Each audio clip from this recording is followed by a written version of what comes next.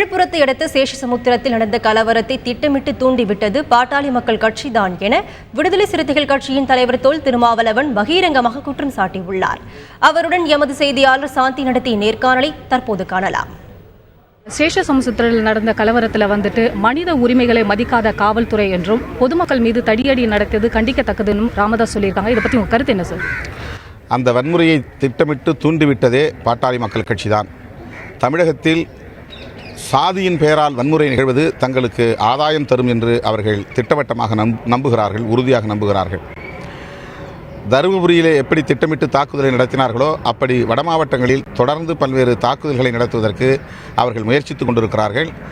அந்த சேஷசமுத்திரம் கிராமத்தில் மிக குறைவான மக்கள் தொகை கொண்ட தலித்துகள், அங்கே 80 குடும்பங்கள் தான் வசித்து வருகின்றனர்.